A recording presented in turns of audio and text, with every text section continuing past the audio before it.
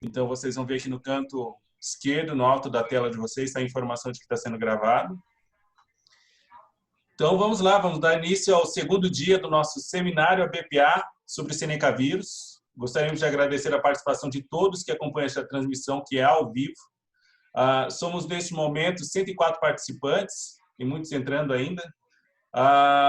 Para dar início aqui, só para dar uma geral sobre quem vai estar conosco aqui durante o dia, temos aqui na tela a nossa gerente técnica da ABPA, coordenadora desse painel, a Amanda Barros.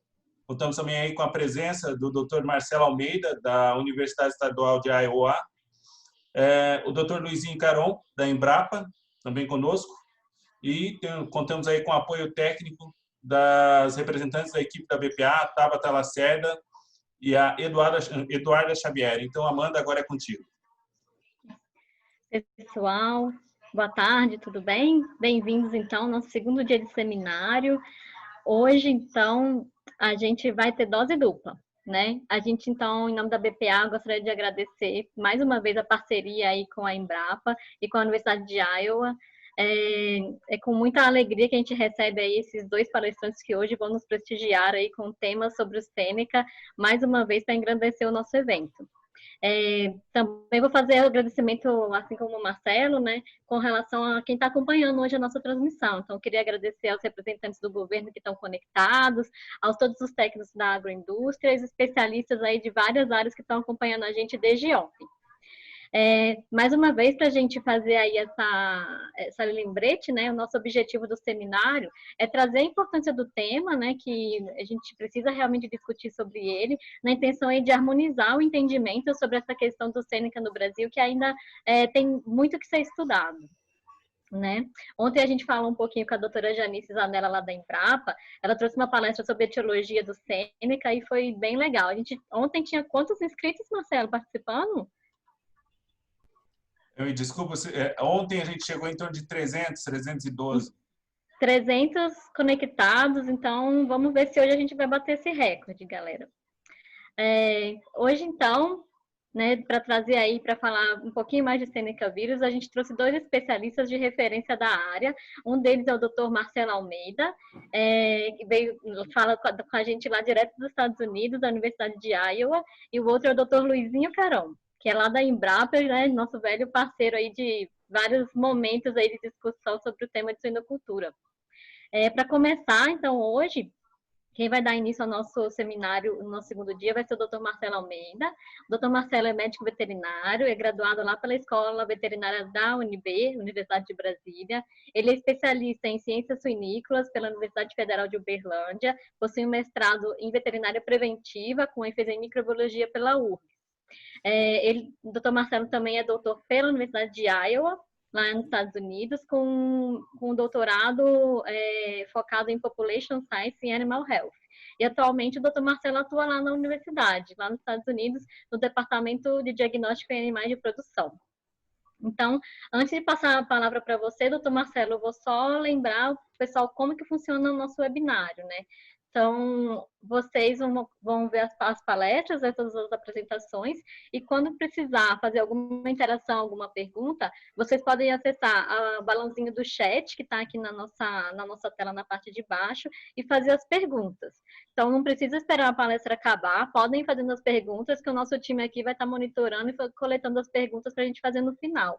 E como hoje é dose dupla, se vocês puderem indicar pergunta para o doutor Luizinho, pergunta para o doutor Marcelo, a gente já vai selecionando aqui e dá celeridade aqui no nosso webinário.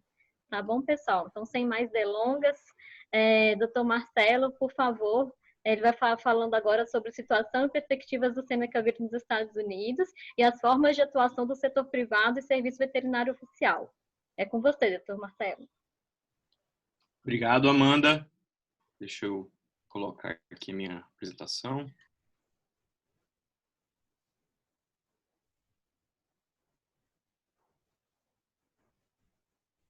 Marcelo, se você puder me habilitar para eu poder apresentar a minha tela. Okay. Doutor, acho que agora deve estar normalizado.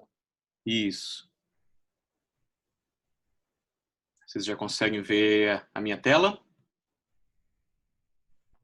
Sim. Sim. Sim, já estamos vendo.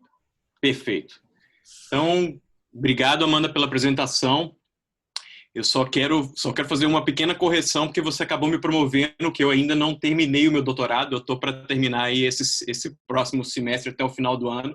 Então, ainda estou de estudante aqui na Iowa State University, e eu também presto serviço hoje para o laboratório de diagnóstico aqui da faculdade como um patologista de diagnóstico focado em suínos. Mas muito obrigado também para todos da BPA aí pela comunicação durante esses dias de preparação para essa palestra, e obrigado pelo convite para poder compartilhar algumas informações do que tem acontecido aqui nos Estados Unidos. Bom, então hoje a gente vai falar dessa perspectiva e da situação e a forma de atuação tanto dos veterinários do serviço privado quanto do veterinário do serviço oficial. A Janice ontem fez uma palestra excelente, né? Como a Amanda comentou sobre a etiologia, questões de diagnóstico, aspectos epidemiológicos, fez um apanhado muito bom da literatura relevante dos últimos anos de Sêneca. Então eu vou pular toda essa parte, vou focar bem na parte mais aplicada, nesse histórico daqui dos Estados Unidos. Vou fazer um slide só de uma breve revisão de pontos importantes relacionados ao vírus, que são importantes para o que a gente vai conversar aqui hoje, e depois eu vou tocar mais especificamente nessas perspectivas do veterinário de campo e do veterinário do serviço oficial, e aí fechar com algumas observações gerais e as conclusões. Bom, então vamos lá. Como eu disse, antes de a gente começar, só para a gente revisar essas pequenas coisas sobre a dinâmica de infecção do Sêneca. Hoje o que a gente tem de consenso é que o Sêneca é capaz de causar essa doença vesicular, né? Hoje não se discute mais isso. E em relação a gente ainda tem algumas coisas que são algo misteriosas com o vírus, né? Como, por exemplo, essas perdas neonatais epidêmicas transientes, que é essa mortalidade que ocorre em granjas de produção de leitão. Quando tem surto de Sêneca, você tem essa mortalidade associada a esse surto nos leitões de maternidade. A Janice comentou, uma mortalidade que é transiente, epidêmica, mas que ainda tem alguns pontos em aberto para entender qual que é a associação que ela tem com o Sêneca, né? Já existem estudos aí mostrando que o Sêneca tem essa habilidade de replicar em tecidos desses leitões, mas não se entende completamente como se dá esse fenômeno. Alguns pontos importantes aí da dinâmica de infecção de Sêneca, né? Um período de incubação relativamente curto, de 2 a 5 dias, a viremia aí de 1 a 10 dias, é uma doença aguda, transiente e autolimitante. A gente vai começar a ter produção de anticorpos a partir do 5º dia pós-infecção. Um ponto que é interessante, a gente tem relatos de algumas granjas aqui nos Estados Unidos, onde eles seguem os animais ao longo do tempo, e nessa granja aqui especificamente, a gente, mesmo após 180 dias após o primeiro surto da infecção, não são todos os animais que acabam sendo expostos ao vírus, né? Quando você segue esses animais ao longo do tempo e você faz a sorologia, você acaba encontrando essas subpopulações de animais susceptíveis, né? E o que isso pode significar para a granja, né? Você tem uma certa população de animais que ainda estão susceptíveis à infecção, de repente você pode ter maior chances de que essa granja possa eventualmente passar por um novo surto.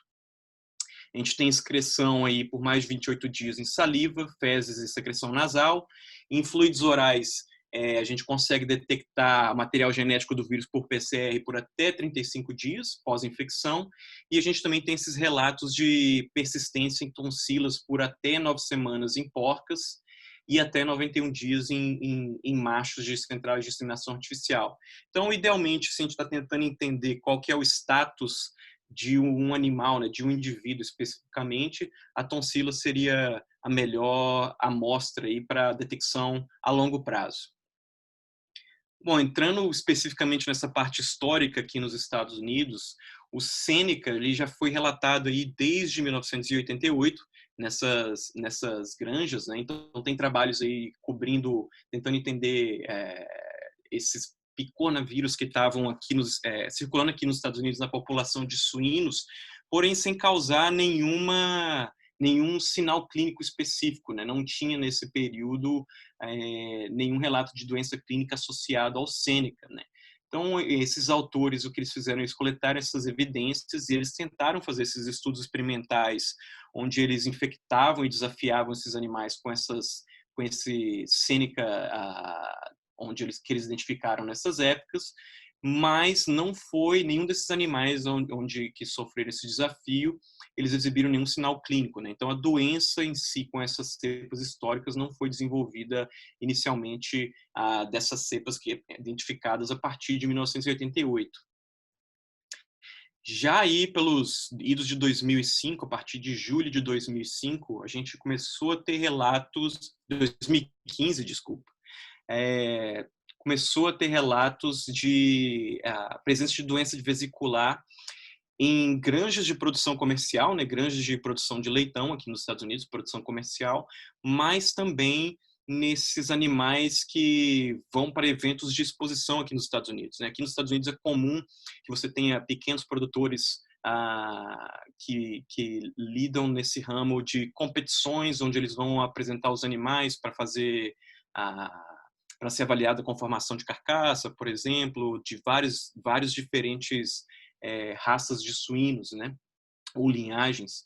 E quando isso ocorre, esses animais são levados de várias origens diferentes e acabam sendo agregados dentro de um mesmo pavilhão, onde esses animais são julgados, eles passam por essa competição e eles podem ser vendidos para outras granjas ou voltar para as próprias granjas de origem. E normalmente são pequenas operações familiares com 5 a 10 animais, talvez um pouco mais, chegando a 40 às vezes, dependendo da ocasião. Mas o interessante é que também nesse tipo de evento, né, ou de reuniões de animais, foi relatado que a gente tinha a ocorrência dessas doenças vesiculares, e a partir então desses primeiros relatos foi feito o sequenciamento do genoma do vírus e foi identificado o Sêneca vírus em associação com essas doenças vesiculares aqui nos Estados Unidos, após a investigação de outras doenças exóticas aqui, no caso, para os Estados Unidos, incluindo a febre aftosa. Esse estudo aqui a Janice mostrou ontem, mas eu queria fazer uma breve recapitulada nele, só porque ele é bastante interessante e eu queria mostrar depois o que a gente teve de evolução desse quadro aqui. Então, eles fizeram um estudo de soroprevalência, coletando soro em granjas de matrizes e em granjas de crescimento e terminação, 91 granjas de matrizes, 131 granjas de terminação, e a gente teve uma prevalência no nível individual de aproximadamente 34% aí nas matrizes, sendo que mais de 70% das granjas apresentaram aí animais positivos, né? Pelo menos um animal que estava positivo por ELISA ou por imunoinfluescência indireta. Já nas granjas de terminação, essa prevalência estava girando por volta de 12% no nível individual e um pouco mais de 40% no nível de granja. Então, esses dados foram coletados entre junho a dezembro de 2016. Então, foi pouco mais de um ano após o ressurgimento de Sêneca aqui nos Estados Unidos. E então a prevalência estava relativamente alta nesses estados. Mais recentemente, o pessoal da Universidade de Minnesota, eles publicaram esse relatório que é para uma pesquisa que eles desenvolveram para o National Park Board aqui nos Estados Unidos. E atualmente é até um brasileiro que está conduzindo essa pesquisa, César Corso, é um dos professores da Universidade de Minnesota, mas tem um aluno dele chamado o Dr. Guilherme Preis, que está lá fazendo doutorado na Universidade de Minnesota, que está trabalhando hoje nesse artigo para ser publicado. Então, nesse período aí que estava variando entre outubro de 2018 a outubro de 2019, então 2 a 3 anos após aquele primeiro estudo, eles coletaram amostras aí, aproximadamente 30 soros de granjas de matrizes, novamente, 97, e granjas de terminação com mais ou menos 95 granjas. E o que eles acharam, então, teve uma diminuição no número de animais. Não eram as mesmas granjas, né? Então aqui a gente está tentando extrapolar esse resultado para os Estados Unidos, mas de forma geral, o que a gente viu é que tinham menos animais expostos, né? Menos animais que tinham anticorpos contra o Seneca vírus e menos granjas positivas. Então aqui a gente saiu das granjas de matriz de mais de 70% das granjas positivas para um pouco menos de 20%, e aqui nas granjas de terminação saiu de 17% das granjas positivas para aproximadamente 7%. Isso aqui também está um pouco de acordo com os dados que a gente tem de diagnóstico de PCR que a gente recebe em vários laboratórios de diagnóstico aqui nos Estados Unidos, que eu vou mostrar também um pouco mais para frente.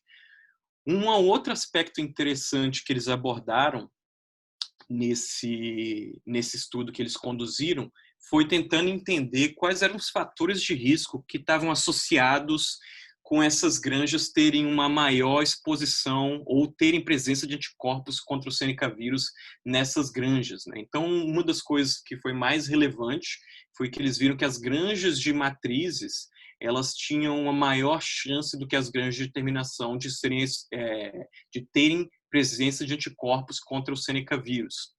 Um dos outros pontos interessantes foi a questão de biossegurança, né? Então, se a granja tinha menos do que 4 procedimentos de biossegurança, e eles listam os procedimentos aqui, que seriam ter um livro de registro de visitantes, ter essa habilidade das pessoas terem um banheiro, né, para fazer procedimento de tomar banho na entrada e saída da granja, a adoção do sistema dinamarquês de entrada em granjas, que nada mais é que você ter um banco onde você, antes de passar para o que eles consideram o lado mais limpo da granja, e mesmo antes de você tomar banho, você deixa o calçado que está vindo da rua, nesse lado mais sujo, e aí você vai de meia até o banheiro para você evitar que o seu calçado traga alguma coisa para essa área que leva até mais próximo da entrada da granja. Então, outros fatores são o uso de calçados específicos da granja, uso de roupas específicas da granja e vazio sanitário entre visitas a diferentes unidades que tenham suínos, né? Então, se você tinha adotava menos do que 4 desses procedimentos, a chance de você encontrar animais que tinham anticorpos contra o Seneca vírus era maior. Um dos outros pontos interessantes aqui era a maneira como era feita para você fazer a disposição dessas carcaças de animais mortos. Então, eles estavam comparando esse fator específico aqui contra a compostagem na própria granja. E aqui nos Estados Unidos é relativamente comum esse rendering, que nada mais é que você pagar um serviço que vai vir coletar os animais mortos na granja. Então, normalmente, eles têm existe uma locação onde os animais mortos são destinados fora da granja, e aí esses animais são colocados, essas carcaças são colocadas nesse local, você tem esse caminhão que vem buscar, e esses animais são destinados para, por exemplo, produção de comida de cachorro ou alguns outros subprodutos. A racional para que isso seja um fator de risco é que esses caminhões que fazem o transporte dessas carcaças, eles vão para muitos locais que têm um alto nível de contaminação de granja para granja e outros locais que têm bastante contaminação. Então, os funcionários da granja, quando transitam nessa área, eles poderiam estar levando ou nesse caso, Seneca, de volta para dentro da granja e expondo os animais da granja para esse vírus. Então, esses são os fatores que foram considerados fatores de risco para você encontrar anticorpos contra a Seneca nessas granjas. E isso é importante para que possam ser desenhados melhores protocolos de biossegurança para evitar que as granjas sejam contaminadas de alguma maneira. Um outro estudo que foi publicado recentemente aqui, que foi interessante pelo grupo aqui da... pelo grupo da Iowa State University, é que a gente teve um surto, ou pelo menos uma maior frequência de animais que foram encontrados com lesões vesiculares em um frigorífico aqui nos Estados Unidos. Essas barras amarelas aqui representam animais que não foram testados para Sêneca, e essas barras mais com outras cores representam animais que foram positivos para Sêneca. Eles coletaram, quando eles identificaram esse cluster temporal no frigorífico, né, e foi identificado para saber se era Sêneca ou alguma outra doença exótica, no fim acabou sendo Sêneca, eles voltaram 45 dias antes disso e tentaram entender de onde esses lotes estavam vindo, o que aconteceu, e posteriormente também para ver se esses animais tinha alguma associação com esse grupo de animais que acabou estando positivo aqui no frigorífico, ou com lesões vesiculares, né?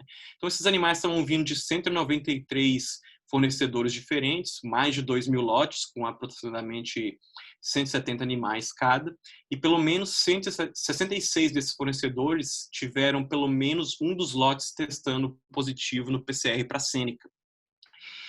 E 61 desses fornecedores, eles tiveram lotes positivos para Sêneca nesse período aqui, de 8 de junho de 2007 a 10 de julho de 2017, que corresponde ao período onde a gente tem essas cores diferentes de amarelo aqui. E quando eles tentaram fazer a localização, entender qual que é a localização geográfica desses grupos de animais positivos, ou as granjas onde elas estavam, não sei se vai ficar fácil de vocês enxergarem, mas esse círculo roxo aqui no meio desse outro círculo maior amarelo, ele representa a localização do frigorífico. Os triângulos azuis representam granjas que testaram negativa, os animais do frigorífico foram negativos para Sêneca. E os vermelhos são granjas que testaram positivos. Então, eles identificaram que aqui, além desse cluster temporal, existia também um cluster geográfico,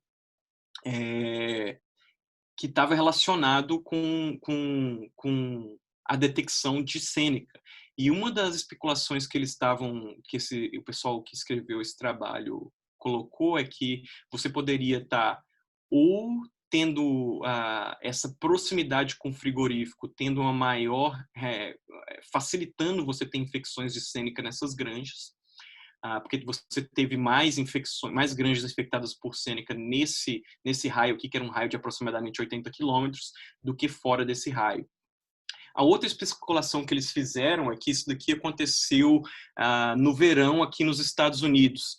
E a gente sabe que Sêneca já foi encontrado aí, tanto em roedores, mas também já foi encontrado em insetos, né, como moscas, e aqui eles comentaram sobre as condições favoráveis no início do verão dos Estados Unidos, como maior umidade e calor, e você teria uma maior população de insetos que poderiam eventualmente estar levando esse vírus de um local para o outro. Nesse caso aqui, eles fizeram só uma especulação, né? O que é fato que existe esse cluster temporal e espacial, e que ele estava mais próximo da região onde o frigorífico estava localizado, mas essas outras questões de como essa transmissão estava ocorrendo entre essas granjas são mais especulativas. O que a gente sabe aqui são dados dos principais laboratórios de diagnóstico dos Estados Unidos relacionados à detecção de Sêneca por PCR. Então, o que a gente vê aqui, a gente tem dados desde julho de 2015 até junho de 2020. Existe uma flutuação na detecção de Sêneca e a gente vê essa ciclicidade, principalmente aumentando o número de casos que testam positivo quando a gente tem os meses mais quentes, ou verão aqui nos Estados Unidos, geralmente em torno de junho, julho, agosto, até o finalzinho de setembro. E depois a gente acaba tendo diminuição desses casos, mas o que é interessante de notar aqui é que, por exemplo, nesses últimos, a gente teve o pico dessas infecções aqui em 2015 e 2016, eventualmente a gente tem mais picos, mas o que a gente está mostrando aqui é que essas linhas, elas representam não mais do que 6 casos detectados a cada semana. Então, quando a gente viu anteriormente aquele estudo que mostra que houve uma diminuição na detecção de anticorpos nas granjas aqui nos Estados Unidos, isso aqui também é um fenômeno que está sendo observado ao longo do tempo com a menor detecção de casos que chegam nos laboratórios de diagnóstico. É claro que a gente não pode usar esses dados de laboratório de diagnóstico para extrapolar nenhuma prevalência aqui nos Estados Unidos, mas pode, com certeza, servir para nos fazer ter esses questionamentos do que está acontecendo com a situação do Sêneca a campo nos Estados Unidos.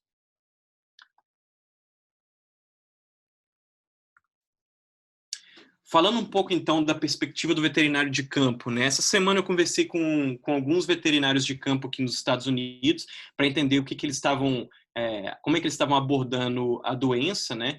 Uma das perspectivas que a gente tem são dos veterinários que trabalham, por exemplo, em granjas que são fornecedores de genética para a indústria, né? Então, para essas pessoas, para essas empresas, é essencial que elas tenham a granja livre do maior número de patógenos possível, né? Aqui no caso dos Estados Unidos, Pierce, a Mycoplasma, Seneca, a PD, TGE e outras doenças, né? Então, quando isso acontece de uma dessas granjas se infectar, o que eles fazem é desenvolver um programa onde eles fecham a granja para a entrada de animais de reposição, expõem todos os animais que estão dentro da granja, né, todas as matrizes leitoas, com esse vírus que foi encontrado através de feedback de material fecal, tanto das matrizes que estão mostrando sinais clínicos, quanto leitões que estão com diarreia na maternidade, e eles fecham essa granja para a entrada de reposições por um período aí que pode variar desde 4 a 9 semanas. Né? A gente viu ali que o vírus pode persistir aí no animal por até 9 semanas de forma mais comumente, a não ser que você tenha um fenômeno de persistência, né? Então, isso tem sido bastante eficiente e eles têm demonstrado que a granja não está mais com vírus a partir de teste de leitões desmamados, né? Ausência de sinais clínicos, teste dos leitões desmamados. E quando eles introduzem animais na granja que são negativos, que nunca viram Sêneca, né, nunca foram expostos aos Sênecas, esses animais permanecem negativos por pelo menos 4 semanas. Então, esses são os requerimentos que eles têm para dizer que a granja eliminou Sêneca de uma maneira efetiva. Um outro veterinário com quem a gente tem bastante contato aqui nos Estados Unidos, falando sobre esse processo de fechamento de granja e eliminação de rebanho, ele está, né, confirmando aqui que eles não têm nenhuma preocupação em relação a esse procedimento funcionar. Então, eles usam novamente material fecal de leitões, aspirados das vesículas que eles conseguem encontrar, mas é mais comumente feito em granjas multiplicadoras do que granjas comerciais. Se a gente olha esse próximo slide aqui, quando eu estava falando com esses mesmos veterinários, ele estava falando aqui que, por exemplo, o que eles têm feito em granjas comerciais ultimamente é deixar que a granja, os sinais clínicos e a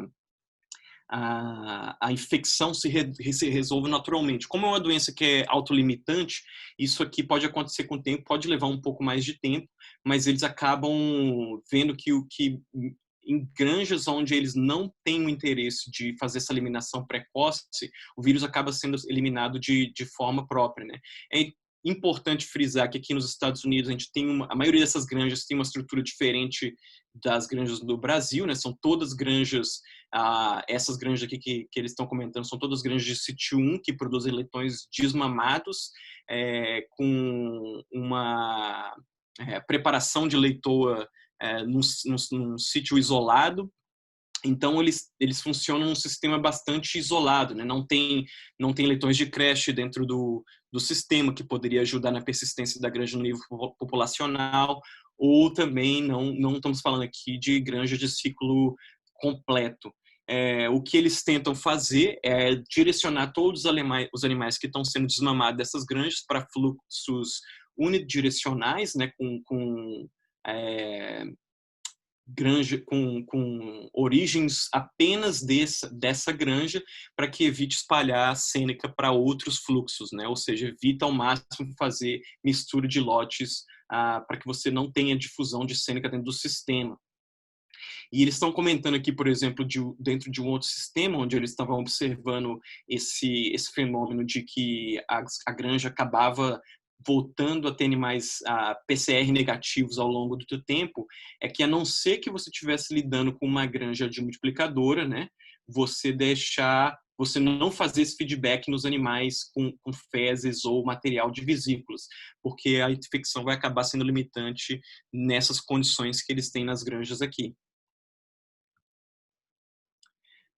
Uma outra ferramenta que existe, né? Não existe uma vacina comercial, a Janice comentou sobre isso ontem, mas existem tentativas de produzir uma vacina autógena, né? Eu não sei quem é que está produzindo isso aqui nos Estados Unidos, né? Mas existem esses relatos, e o que eles relatam, aqui a gente tem o grupo 1, foram animais que foram vacinados e foram depois expostos, né, desafiados com sêneca, eles não desenvolveram sinais clínicos nem doença vesicular, e o grupo 3 de animais que não foi vacinado e depois foi desafiado com sêneca, eles acabaram desenvolvendo lesões vesiculares. Então, a gente tem evidência que esse desafio produziu doença, mas que nos animais que foram vacinados com essa vacina inativa, nesse estudo aqui, eles foram protegidos com uma diminuição da probabilidade de transmissão e a prevenção de sinais clínicos, o que seria já bastante interessante para você diminuir, por exemplo, a quantidade de casos que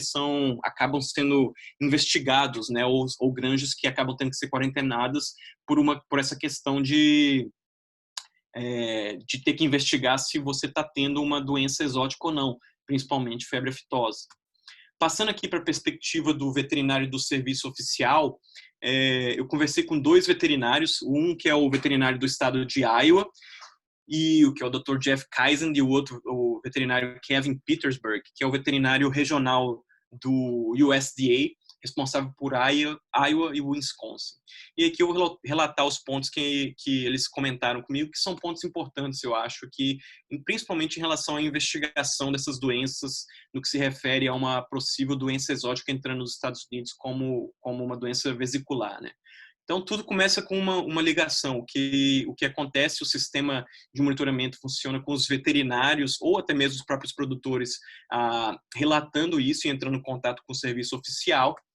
A partir desse momento, de acordo com a descrição das lesões do caso clínico, pode ser iniciada uma investigação para determinar se existe realmente uma doença exótica naquela granja.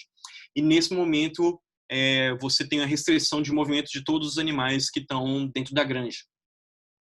A gente tem a ida do veterinário para fazer a coleta dessas amostras dentro da granja. Idealmente, aí, vão ser feitos aspirados das vesículas, ou pode ser coletado soro, né, desde que você tenha a doença no momento agudo. É mais provável que os animais estejam em uma fase virêmica. Os veterinários, normalmente, vai ser um veterinário de serviço oficial. Se o veterinário de serviço oficial não estiver disponível, pode ser um veterinário que seja credenciado com o serviço oficial. Após essas coletas serem amostradas, e normalmente esse processo se dá no mesmo dia, né? Se for, por exemplo, se um veterinário estiver na granja pela manhã, ele vê lesões na granja, ele liga para o veterinário do estado, do serviço oficial. Eles tentam fazer as coletas dessas amostras no mesmo dia. Essas coletas, elas são coletadas em duplicata e elas são enviadas para 2 laboratórios.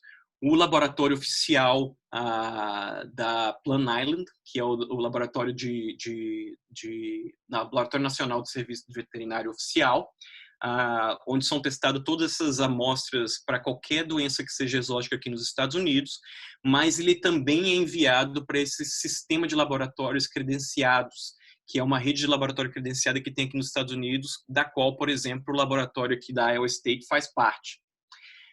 O que acontece é que as amostras vão ser testadas nos 2 laboratórios para doenças exóticas, principalmente febre aftosa. E esses resultados, nesses laboratórios credenciados, eles tendem a sair em, no máximo, 24 horas, se não antes. Muitas vezes, se a amostra chega aqui à tarde ou no início da tarde, é feito um esforço para liberar essas amostras, esses resultados, no mesmo dia, para que a quarentena dessas granjas não se estenda e essa granja possa estar movendo animais na sua rotina mais normal, né? Desde que seja negativo para febre aftosa e outras doenças exóticas. Um ponto de vista interessante aqui é só para entender o que acontece no frigorífico. Se existe detecção de sinais clínicos no frigorífico, também tem que ser investigada tem que ter iniciado uma investigação dessa doença exótica. Nesse momento onde detecta os sinais clínicos, também existe uma restrição de movimento no frigorífico. Você ainda pode receber animais no frigorífico, mas não pode ter saída de nenhum produto do frigorífico. Né, não pode sair animais do frigorífico para algum outro frigorífico, ou não pode sair nenhum produto acabado do frigorífico para um supermercado, por exemplo, ou para centros de distribuição. Então, para tudo. Pode continuar tendo abate, mas a saída de produto tem que parar. Os animais que estão com sinais clínicos, eles são quarentenados dentro do frigorífico, e os demais animais, mesmo os animais que estão no mesmo lote daqueles animais que estão com sinais clínicos, eles podem seguir para a linha de abate desde que eles tenham sido aprovados na inspeção visual.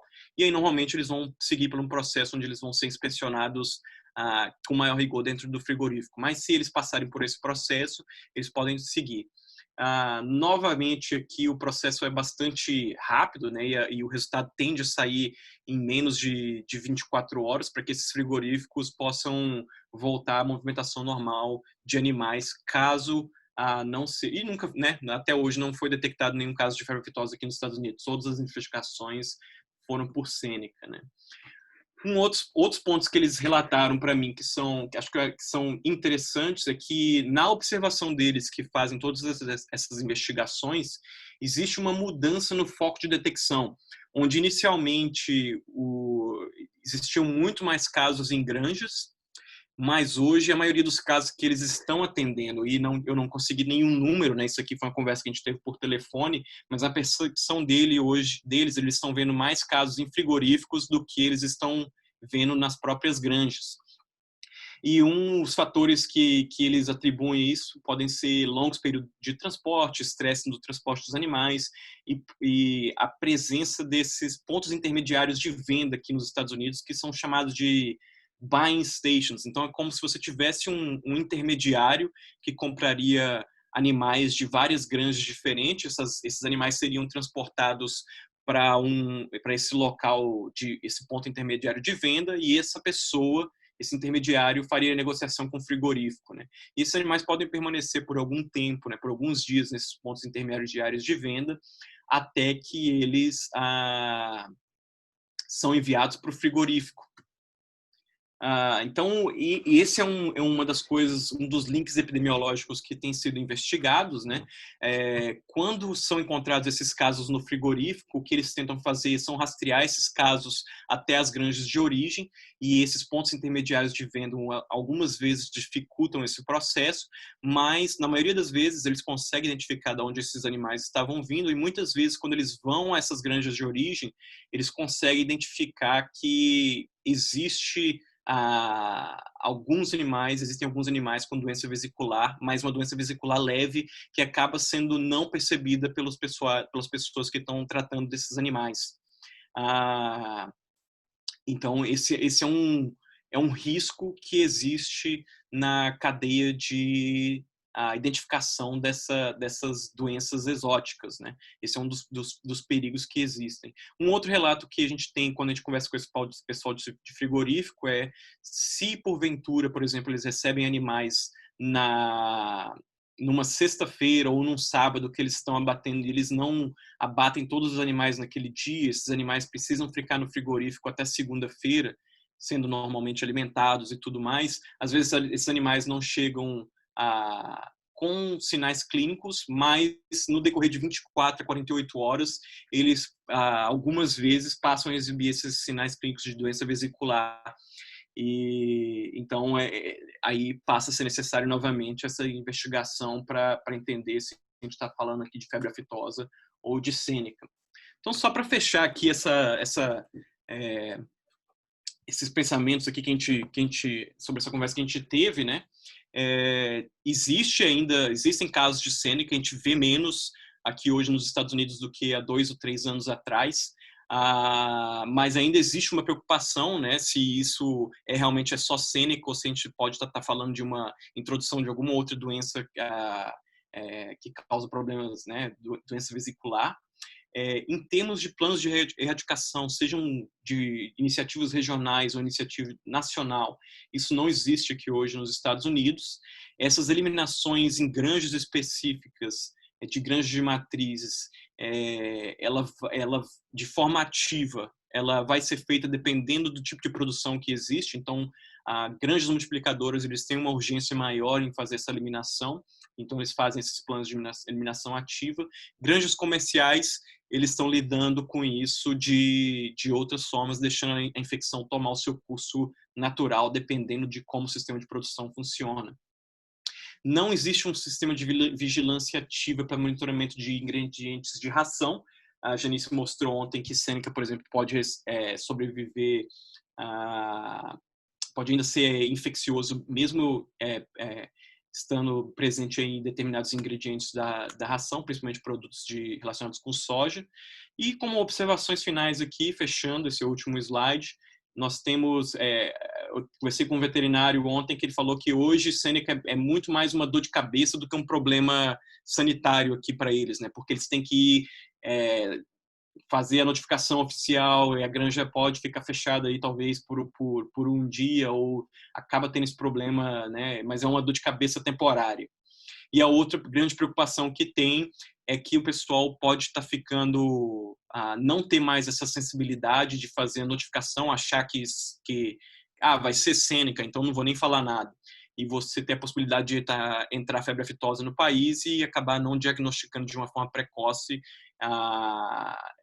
né? E isso aí pode ter ramificações e consequências importantes para o país.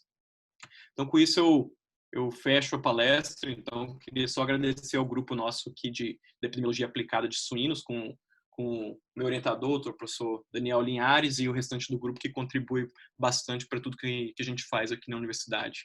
Então, obrigado. Muito legal, doutor Marcelo. Muito obrigada pela palestra. Realmente é muito legal ver como as coisas funcionam, né, em outros países, que a gente pode ter boas práticas aí para puxar e tentar aplicar aqui dentro do controle das doenças, né? A gente já está recebendo algumas perguntas, então, pessoal, a gente vai selecionar e deixar para o final, hein? Então, fica aí. Sem mais delongas, né? Então, vou chamar o nosso próximo palestrante, Dr. Luizinho Caron, nosso pesquisador lá da Embrapa, né? Embrapa parceira da BPA, sempre nos ajudando assim, nos temas técnicos, sempre disponível também.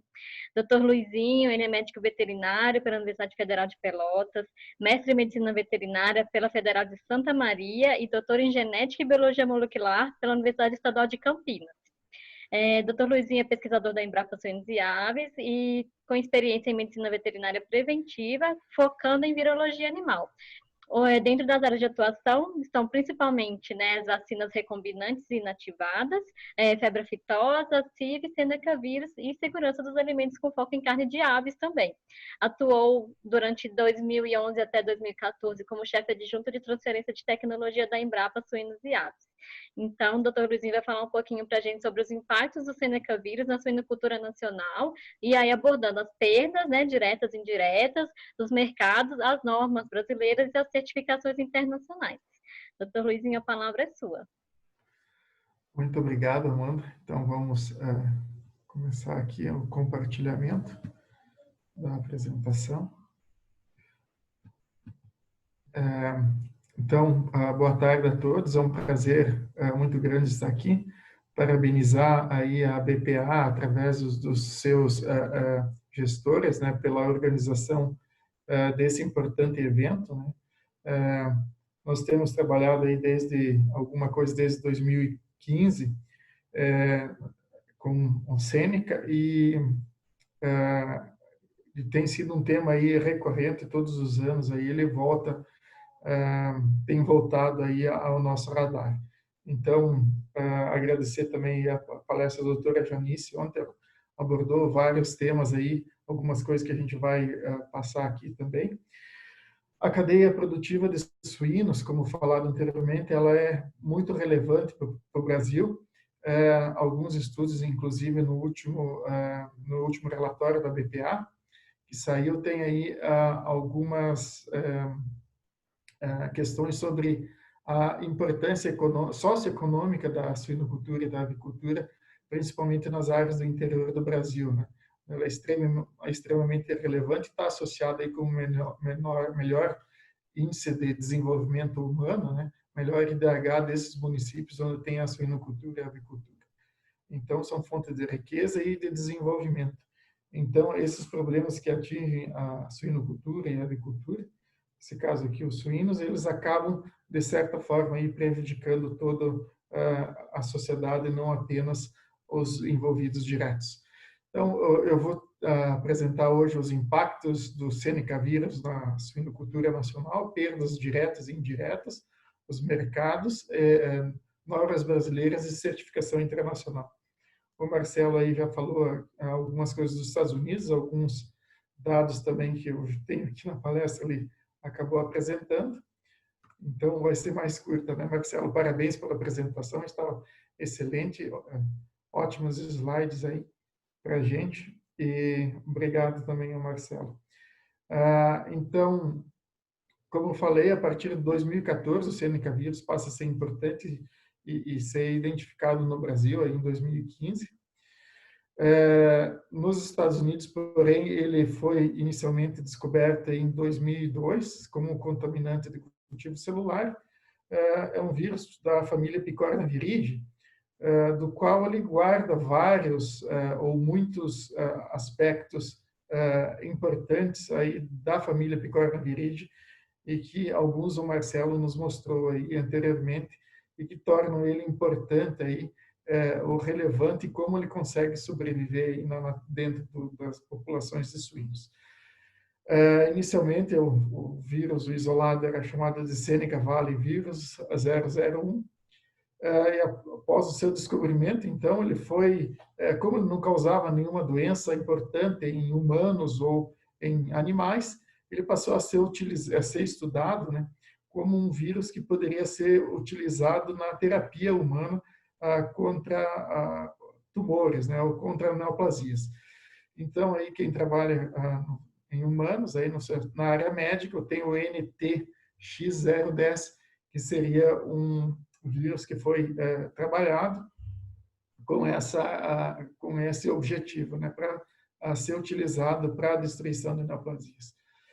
O Seneca vírus circulou aí, silenciosamente nos Estados Unidos, como o Marcelo falou antes, por um bom período, né, causando um ou outro surto, sendo que foi tentado fazer, como ele falou, foi tentada a realizar a reprodução da doença, mas sem muito sucesso, né? E depois, então, em 2015, quando outros pesquisadores aí tem alguns estudos aí que demonstraram, então acabaram conseguindo demonstrar a reprodução experimental da doença, que é importante, né, para demonstrar que um agente ele está implicado realmente com a enfermidade. Então, o principal problema hoje do Seneca vírus, como o Marcelo falou, é a questão dele ser confundível com a febre aftosa. Então, as doenças vesiculares, elas são de notificação obrigatória, de acordo com a OIE, e uma série de protocolos devem ser acionados quando essas doenças são identificadas, para se descartar essas doenças de notificação obrigatória da OIE, que, por consequência, são doenças de notificação do Ministério da Agricultura também, aqui no Brasil.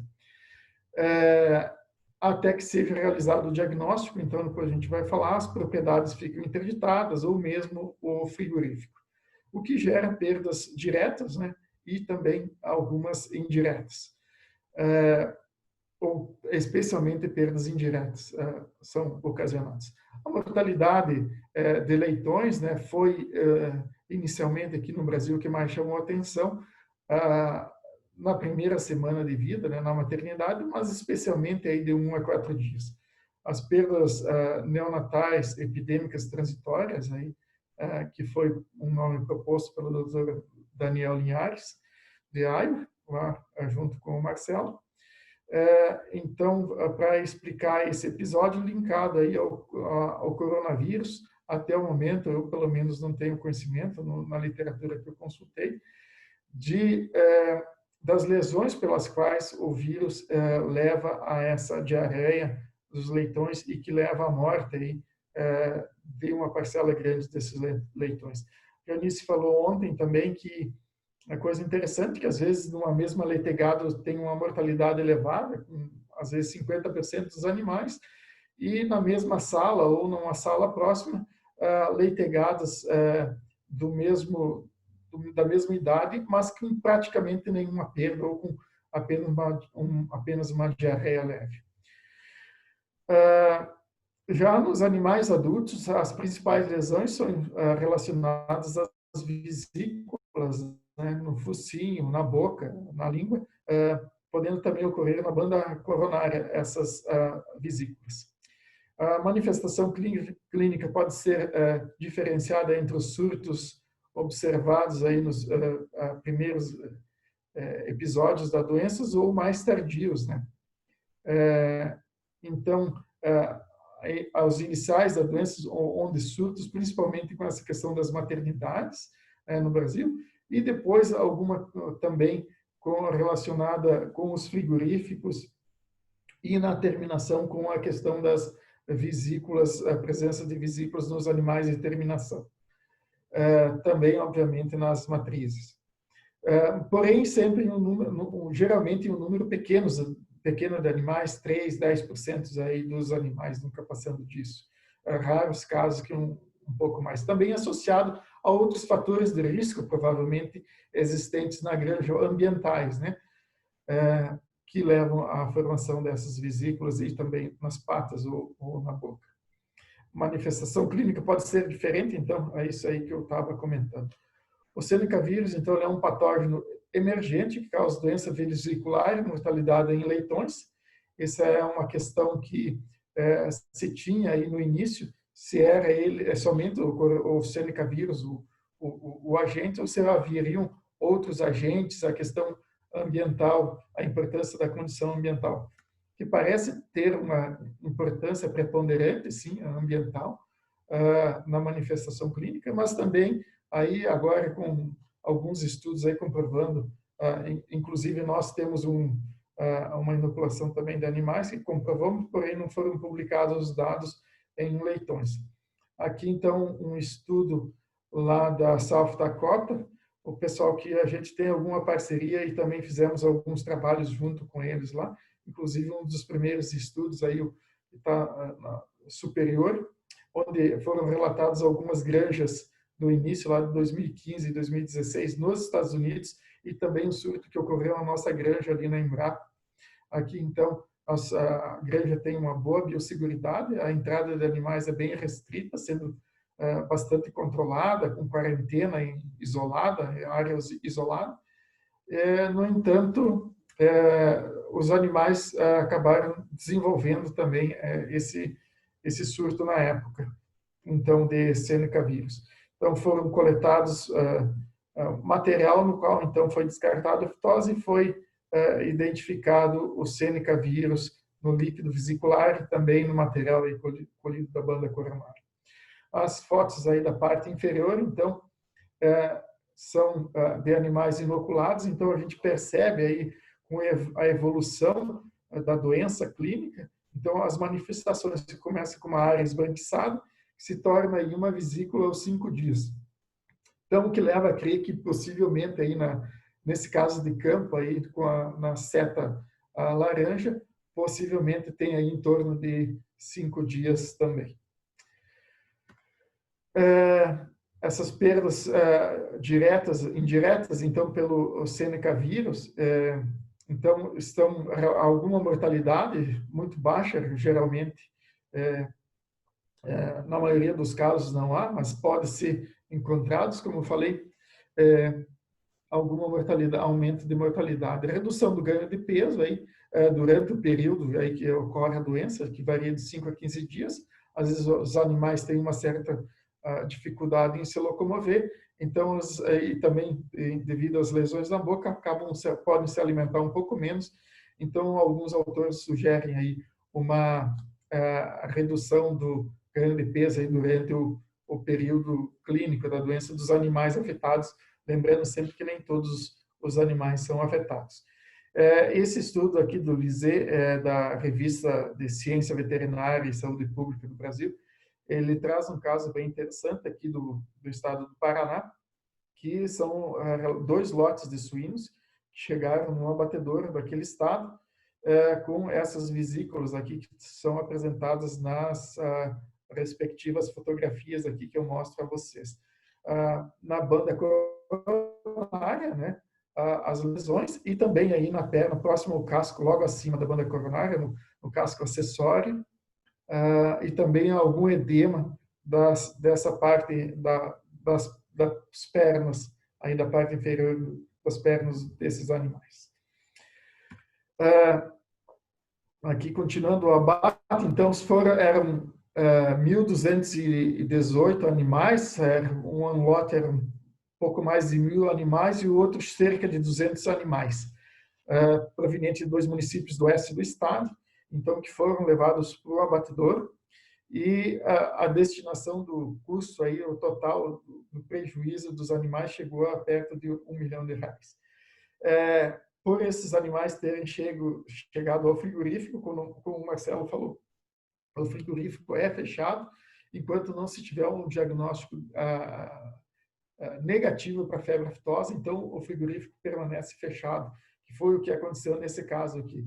Então, o maior prejuízo nesse caso foi indireto, né, os 5 dias parados, além de pouco mais de R$500 mil que eles mostram aí que os animais, as vísceras são condenadas nesses casos, né, além das patas, obviamente, dos animais afetados, todas as vísceras, e também a questão a carne foi sequestrada e tratada pelo calor, né? Perdas diretas pelo Seneca vírus A, então, em leitões, a mortalidade ocorre basicamente em leitões com menos de 1 semana de idade, né? Como eu falei, sendo maior de 1 a 4 dias. A mortalidade pode ser de 50% a 70% dos leitões, depende do lote aí afetado, e basicamente é devido à desidratação. Vesículas no focinho, coroa do casco e almofada plantar apenas em animais, pode acontecer aí em alguns animais aí, mas em todas as idades. As sequelas nos cascos dos reprodutores e suínos, determinação pode acontecer, né? Os animais depois desenvolvem um casco mais torto do que seria o normal. Uma coisa que o pessoal do campo relata também nos animais mais velhos, não apenas não nos leitões, mas nas matrizes também, é que a questão do piso também pode aumentar a incidência dessas lesões, né? Um piso mais ruim vai ter uma incidência maior quando a doença acontece. Edema subcutâneo, né, no caso dos leitões, e de mesocólon, como mostrado aqui na foto, vesículas e úlceras no focinho, cavidade bucal, língua, coroa do casco e a almofada plantar. Aqui, então, algumas fotos, né, de leitões na maternidade, inclusive um caso lá dos animais que nós inoculamos, mostrado aí no canto superior esquerdo aí em cima. Aqui é um gráfico que mostra a mortalidade normal de uma maternidade. A gente vê ali na primeira semana aí, cerca de 10%. Depois, na quarta e na quinta semana, aí, entre 9% e 10% também, que é a mortalidade normal. A gente vê um aumento aí na segunda semana, em torno de entre 10% e 20%, que subiu, então, para 50% ali, para 21, praticamente 22% na terceira semana, onde foi um pico de mortalidade. É só trazer um exemplo aí para exemplificar como poderia ser para aqueles que não tiveram ainda a experiência em suas granjas ou nas granjas que dão assistência. Aqui, acho que o Marcelo mostrou esse slide aqui a classificação, né, dos picornavírus, como ficou classificado o Seneca vírus dentro da família Picornaviridae, onde o membro mais importante aí são, para nós na saúde animal, é a febre aftosa. E existem aí outros vírus humanos também de importância. O poliovírus humano sendo o membro mais ilustre desta família viral. Aqui a chave também, no caso aqui de um estudo lá do South Dakota, então com o material aqui do Brasil. Então a gente vê em vermelho os isolados americanos, o verde os brasileiros, da China nesse tom roxo, o Canadá num verde mais escuro e amarelo da Colômbia. Então, a gente vê tem bastante proximidade, uma divergência aí de 2,8% dessas amostras aí a partir de 2015. Tem uma diferença muito grande, mas já diferente lá das cepas mais históricas, lá mais antigas que o Marcelo nos mostrou anteriormente.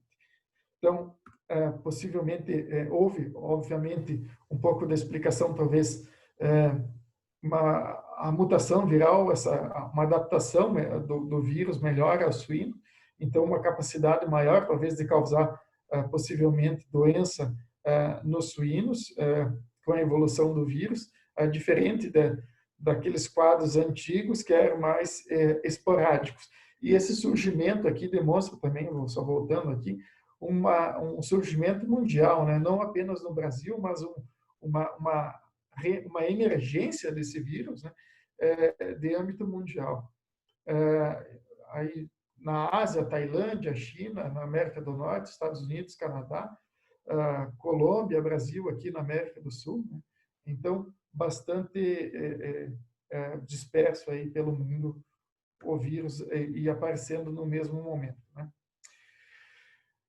Então, como eu falei, emergiu em vários países já no início e suspeitou, né, da participação de camundongos e moscas, né, desses estudos que a gente participou. Então, também realizamos alguns testes aqui desses animais que localizamos em nossa granja.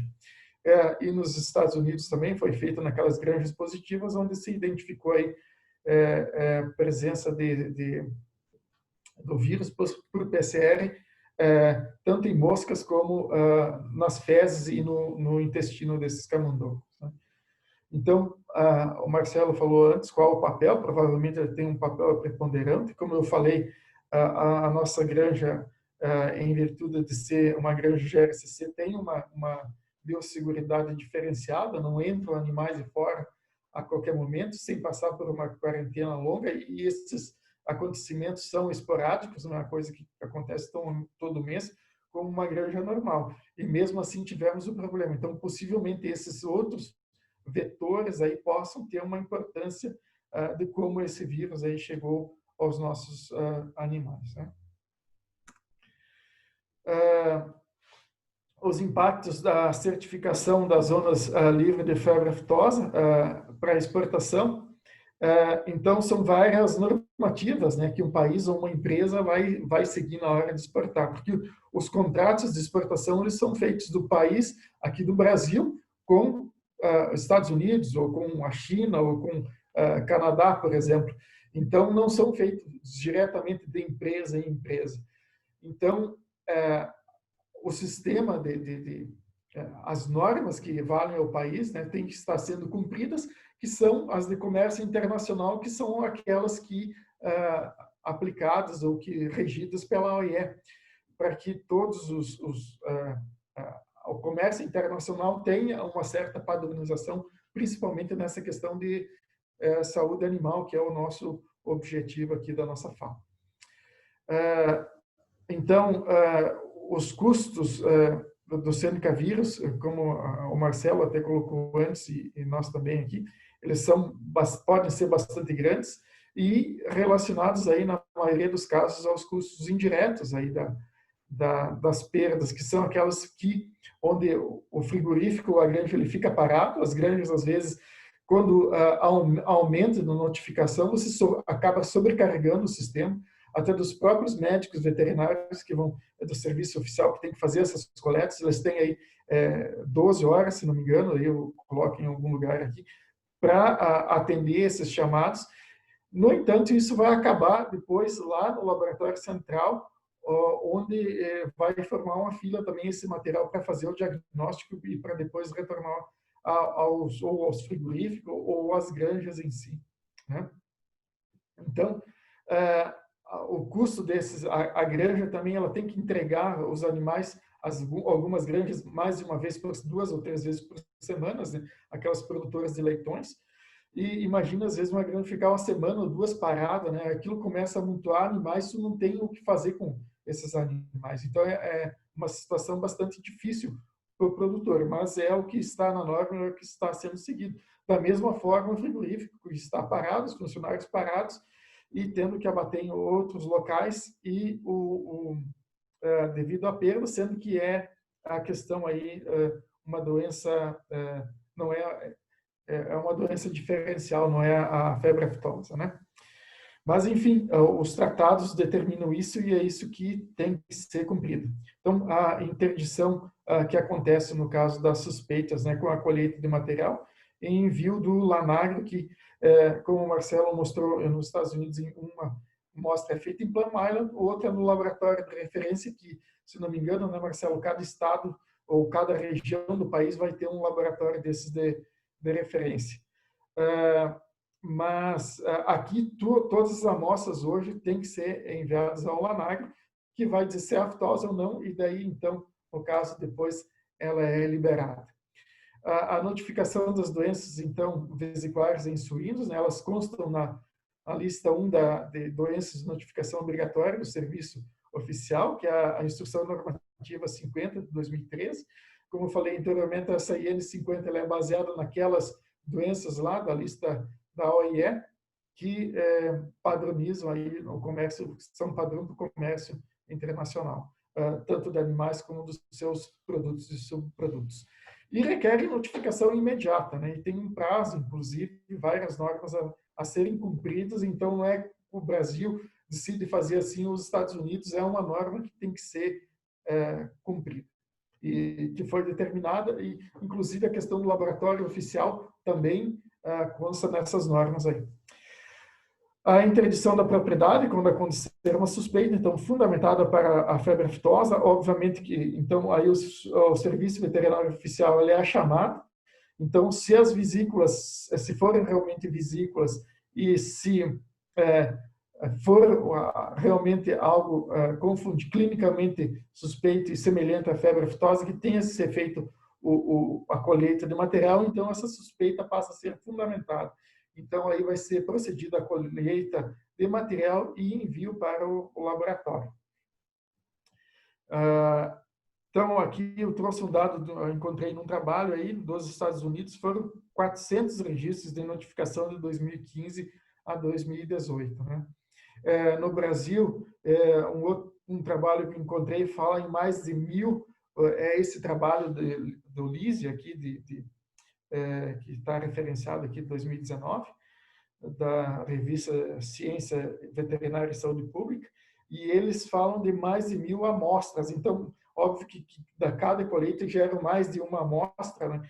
Então, mais de 1.000 amostras para serem feitas análises lá no nosso laboratório, lá na Agro, em Pedro Leopoldo. Então, aí em 2018, principalmente. Então, um número bastante grande de amostras que acabam chegando lá. Ações tomadas em casos de suspeita. Então, tem o plano de ação para febre aftosa, né, que define os tipos, né, de casos de doenças vesiculares, como é que esses casos suspeitos de doença vesicular da notificação apresentada ao Serviço Veterinário Oficial, indicando aí a possibilidade de existência de um ou mais animais apresentando sinais clínicos compatíveis com doenças vesicular, né? Então, aí deve ser procedido a colheita do material e envio ao laboratório. As situações, a investigação dos casos deve ser realizada pelo veterinário oficial em até 12 horas, como eu falei anteriormente. Após a notificação, os serviços oficiais locais, com a avaliação clínica e epidemiológica, se procede à colheita de material para a execução do diagnóstico. A definição das carcaças e produtos dos animais identificados não deve ser encaminhadas para os mercados que exijam, por exemplo, depois de liberada, que não era febre aftosa, por exemplo, que foi Seneca vírus. Então, esses lotes que estavam embargados, eles são liberados. Mas, por exemplo, aí tem os contratos específicos de venda com cada país. Se no contrato está lá que tem que ser livre de febre aftosa, tudo bem. Não há problema porque você comprovou que aquela carga é livre de febre aftosa. Mas se estiver consta lá que é livre, deve ser livre de doença vesicular, não vai poder ser comercializado para esse país, daí então é direcionado para o mercado interno ou algum mercado, como eu falei, que não exige que seja livre de doença vesicular. No Brasil houveram aí pelo menos 2 outras circulares, né, a questão dos frigoríficos e também das granjas, que foram elaboradas pelo DIPOA, pela Secretaria de Defesa Animal, de Saúde Animal, e sendo que aqui encontra-se em vigência no momento é essa aqui, a 001 de 2009, que fornece orientações para os procedimentos mediante a suspeita de doença vesicular.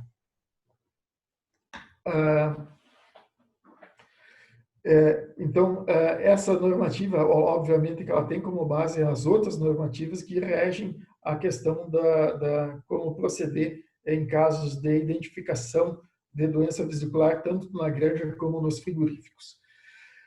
Então, os lotes que contiverem animais como suspeitas de enfermidades idiopáticas, né, vesicular, deverão ser desclassificados para exportação e serão abatidos em separados e, ao final do turno, com o sequestro da carne e higienização da planta de abate após, então, o abate e sequestro dessas carcaças. Não precisa ser exatamente dentro da câmara, pode ser alugado alguma câmara fria, desde que o container, né, de resfriamento, de congelamento, desde que ele fique dentro do local, né, onde se encontra o frigorífico, dentro do estabelecimento. Apesar das lesões e sinais clínicos serem menos severas do que as doenças vesiculares conhecidas, como a febre aftosa, a estomatite vesicular, exantema vesicular, as vesículas são bastante semelhantes e dificultando a diferenciação. Então, dificilmente, poucos casos são de febre. Geralmente tem a temperatura e os animais apresentam entre 40.2, 40.6, 40.8, não caracterizando febre, né? E as lesões também, poucos animais, e elas não são tão severas como a gente encontraria na febre aftosa, que praticamente todos os animais no lote susceptíveis vão apresentar lesões, né? E de forma bastante grave, severa. Os casos de Seneca vírus, então, o resultado laboratorial para a enfermidade de notificação obrigatória no Brasil, pelo Serviço Oficial, então, corresponde lá à instrução normativa 50, né? Então, veria negativo para a febre aftosa, e daí se faz, então, o diagnóstico para a Seneca vírus. Os impactos, então, aí da certificação das zonas livres no Brasil, no momento, vários estados, né, ou regiões nesse momento, eles estão passando por uma transição já, que vem de alguns anos, como Santa Catarina, que é uma área livre de febre aftosa sem vacinação, outros estados também estão na fase de transição de zona livre sem vacinação para a zona livre com vacinação, aliás, para a zona livre sem vacinação. No momento aí a gente destaca Rio Grande do Sul e Paraná. Então é um momento diferente aí para esses estados, Santa Catarina também, que vai se passar um controle de febre aftosa que é feito baseado na vacinação dos rebanhos, principalmente bovinos desses estados, para um controle mais de circulação dos animais e preventivo, né, sem o uso da vacinação. E é um momento crítico, é claro, tem uma série de medidas pelo MAPA que está gerenciando e pelos estados para reduzir esse risco, né? Mas sempre há aquele risco ou aquele desconhecido que não se sabe no momento agora que vai ser retirada a vacina. Então, por isso é importante também a notificação nessa época, né, aqui para esses estados, né, outros também estão em alguma fase aí desse procedimento, além desses que eu destaquei no momento. Então, a notificação é extremamente importante. A subnotificação, como falou o Marcelo, o risco dela de a gente passar despercebido achando que alguma coisa é cênica e depois vir a ser febre aftosa pode ser muito desastroso, porque vai dar tempo da doença se disseminar por uma grande região e o impacto econômico vai ser monstruoso, né?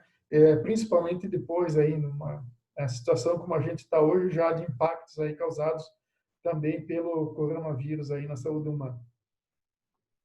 Então, prevalência, esse estudo o Marcelo mostrou aí com detalhes, não vou me ater a ele, né? Sobre nos Estados Unidos e que hoje já reduziu bastante.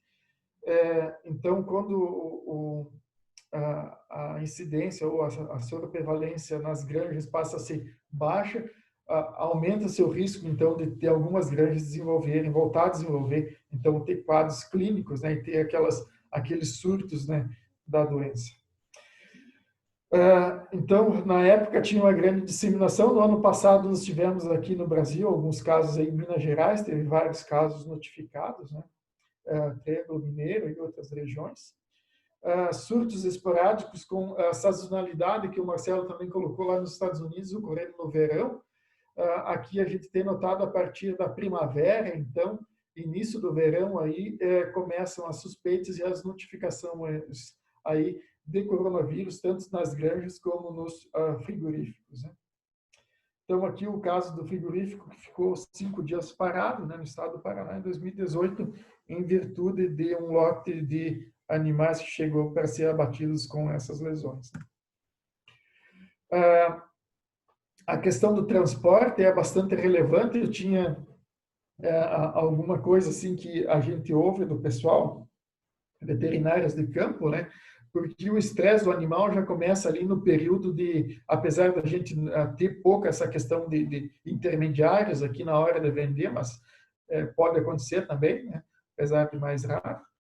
Mas, então, o que eu estava falando, o estresse já começa no momento do jejum, né, do animal, antes do embarque, então, que se prorroga, então, ali, intensifica, aliás, no momento do embarque, daí o transporte que pode ser mais curto ou mais longo e o que acarreta aí um estresse maior aí se for mais longo. Então, facilitando, no caso, se alguns animais estão com o coronavírus, a questão da persistência e a possibilidade de os animais terem alguns animais ali que são naíveis, não tiveram contato com o vírus, desenvolverem aí nesse momento, então, as vesículas e a doença clínica. Então, o que eu falei anteriormente, as normativas de saúde pública são globais, né, que são gerenciadas hoje pela OIE, Então, em seguida, são as nacionais, aquelas do Ministério da Agricultura, e no Brasil também a gente tem internamente aqui as normativas dos estados. Cada estado tem, seguindo, obviamente, a superior e, às vezes, mais específica aí dentro de cada estado. Além disso, a questão dos contratos com cada país, né, da importação da carne, que devem ser seguidos, como aquela questão que eu falei, se é livre de doença vesicular ou se é livre de febre aftosa, né? Então, aqui voltando na OIE, já foi falado, então, a Organização Internacional de Epizootias, que coordena essa questão da saúde animal internacional para fins de transporte, aliás, de comércio, e através do seu código aí de saúde animal terrestre, aí que fornecem os padrões e melhorias.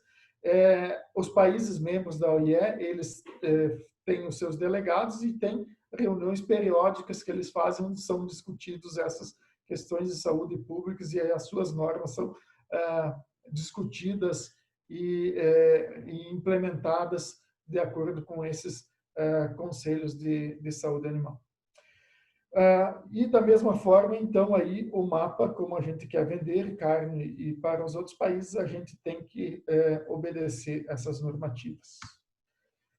Aqui, então, animais com sinais clínicos de doença idiopática, mas sem febre, terão as lesões, essa aqui era de uma normativa anterior, não é da última, né? As carcaças, né, removidas, as vísceras removidas e terão um aproveitamento condicional pelo calor. Observação aqui, em seus documentos, a SDA considera febre e temperatura superior aí a 41 graus, né? Então, animal com febre que chega ao frigorífico, isso está lá no RISPOC, a 9.013, se não me engano, de 2017, a lei, que, então, considera que animais com febre vão ser necropsiados e vão ser condenados. Então, como eu falei antes, a última normativa que reza sobre Seneca vírus e a questão de doenças vesiculares idiopáticas é essa 001/2019. Depois eu vou falar um pouco mais sobre ela. Aproveitamento condicional das carcaças, então, pelo condicionamento pelo calor, né, para serem liberadas, ou pode-se aguardar até, então, se não for tratada pelo calor, aí a liberação imediata, como são tratadas pelo calor, uma vez que vai ser um procedimento que está inativando todos os micro-organismos na carcaça. Ou para vender aí com o carimbo não exportável, comercialização in natura, aí tem que aguardar a liberação aí e o diagnóstico do planagro para ser negativo para a febre aftosa. Redução da produtividade seria o principal perda aí durante o processo produtivo, e no abate, principalmente, é a questão da condenação das vísceras, as perdas econômicas, o tratamento pelo calor. Então, aquele lote ali de 1.218 animais, se não me engano, foram cerca de 560 mil, 590 mil reais as perdas diretas, mas com as perdas indiretas, em virtude da parada dos abates, chegando próximo a 1 milhão. Temos aí notícias de vários frigoríficos que ficaram parados aí durante algum tempo. Então, a gente, em virtude do Seneca vírus, aí nos últimos anos, aí, desde 2015 para cá, então a gente multiplica esses milhões aí. No entanto, há um preço que a gente tem que pagar pela nossa saúde, a credibilidade do país, ela é extremamente importante, e é cumprindo essas normas aí que se dá, então, a nossa idoneidade com relação a essas normas. Então, essa normativa aqui, eu vou a alguns tópicos importantes sobre ela. Se alguém precisar, eu posso mandar. Aqui está um pouco pequena na parte esquerda, mas um pouco maior aqui na parte do lado direito, que vou apresentar os principais tópicos. Notificação de casos suspeitos de doença vesicular ao Serviço Veterinário Oficial. O setor produtivo deve notificar imediatamente ao Serviço Veterinário Oficial a ocorrência das suspeitas aí e suspender o trânsito, então, nessas propriedades ou no frigorífico. diferenciar as lesões, né, de manejo, né, quando o serviço veterinário oficial for chamado, ele vai fazer essa diferenciação. Se é a lesão de manejo, então vai ter lá um lado que não vai ser feita a coleta de material por ser apenas lesões de manejo ou que não se enquadra como doença vesicular. Suspender as guias, né, no caso da propriedade de trânsito animal, sem a prévia autorização do serviço oficial, veterinário oficial. O serviço oficial ele vai interditar a propriedade e só ele tem autoridade para liberar depois o trânsito novamente dos animais, ou para abate ou para o alojamento, no caso de leitões e outras propriedades, nos terminadores. Investigação da notificação de suspeita, né, dos estabelecimentos, então, onde estão os suínos, o serviço veterinário oficial, que é o responsável por fazer todas essas investigações epidemiológica, clínica, coleta do material e identificação do caso provável e dos estabelecimentos e envio para os laboratórios, né, providencial envio.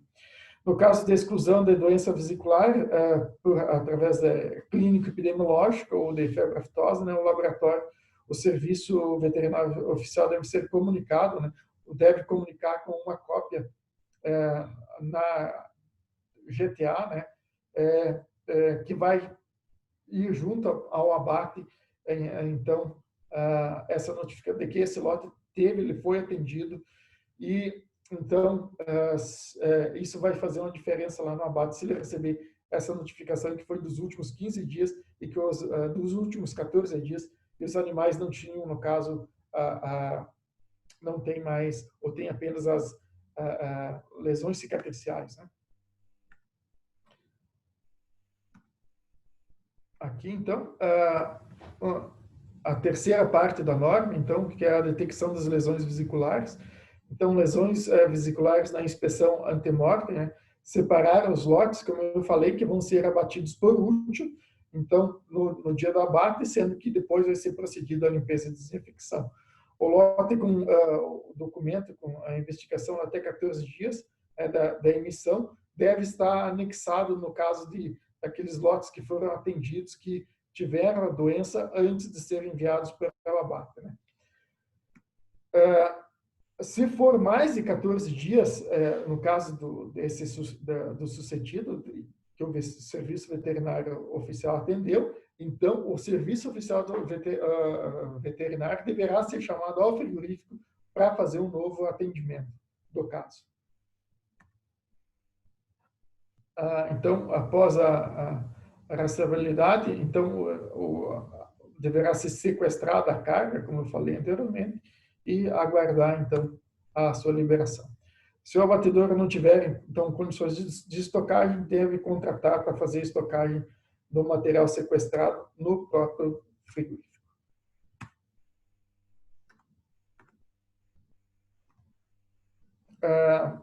Enfermidades idiopáticas vesiculares de suínos, então, são notificáveis, né? Mas dificilmente tem impactos maiores como embargos, né? Porque não estão na lista, Seneca vírus não está na lista, por ser uma doença nova também, mas ela não está na lista oficial da OIE, então não causa embargos, apenas naqueles casos que eu falei da questão do contrato. Importante ter agilidade, né, determinação de resultado, né, negativo para enfermidade-alvo, como febre aftosa e estomatite vesicular, exantema vesicular, doença vesicular dos suínos e assim por diante, que são as de notificação. Depende do acordo comercial com outros países e ser transparente nas medidas tomadas é extremamente importante. Regiões e estados do Brasil, como eu falei antes, eles encontram-se, então, em processo de tornar-se área livres de febre aftosa sem vacinação. Então, é um momento importante pelo qual passamos e, por isso, é importante atender essas suspeitas de doença clínica idiopática ou de Seneca vírus com transparência e agilidade. A credibilidade da defesa sanitária animal é um ativo de valor inestimável para o país e para atingir os mercados ao redor do mundo. Então, é essa questão aqui que se deve levar em consideração, acho, em primeiro lugar aqui nesse quadro, né? E não é só o Brasil, todos os outros países que têm aí nossos concorrentes, como os Estados Unidos, o Canadá, também estão sofrendo aí com essa, digamos assim, com o controle e com as medidas devido aos problemas aí das doenças idiopáticas. Aqui um caso clínico, só para exemplificar um pouco, né? Então, um histórico aqui, duas granjas receberam um lote de leitoas para reposição de aproximadamente, aqui não tem, fica escondido aqui, um pouco, 7 a 10 dias, e após, então, apareceram, então, vesículas, né, em 3 a 5% dessas leitões nas matrizes no focinho, em ambos os rebanhos. Não foi observado febre e inapetência nos animais. Também não foram observadas lesões na boca e casco. Nesse mesmo dia, um lote de leitões dessa granja foi enviado para um terminador em outro estado. Como veterinário, que você faria? Quais seriam os seus próximos passos, né? Esse aqui eu traduzi que era um caso clínico lá dos Estados Unidos, do pessoal lá do Marcelo. Amostras foram enviadas, então, ao Laboratório de Saúde Animal, que o resultado foi negativo para a febre aftosa em 6 horas, né? Então, muito importante aqui a agilidade. Amostras enviadas em duplicata, então, uma foi para, como o Marcelo explicou antes, para o Laboratório de Referência Nacional, e outra para a Referência Nacional de Doenças Exóticas. O laboratório, então, de doenças exóticas foi realizado o painel de testes, identificando e ser positivo para Seneca vírus 1.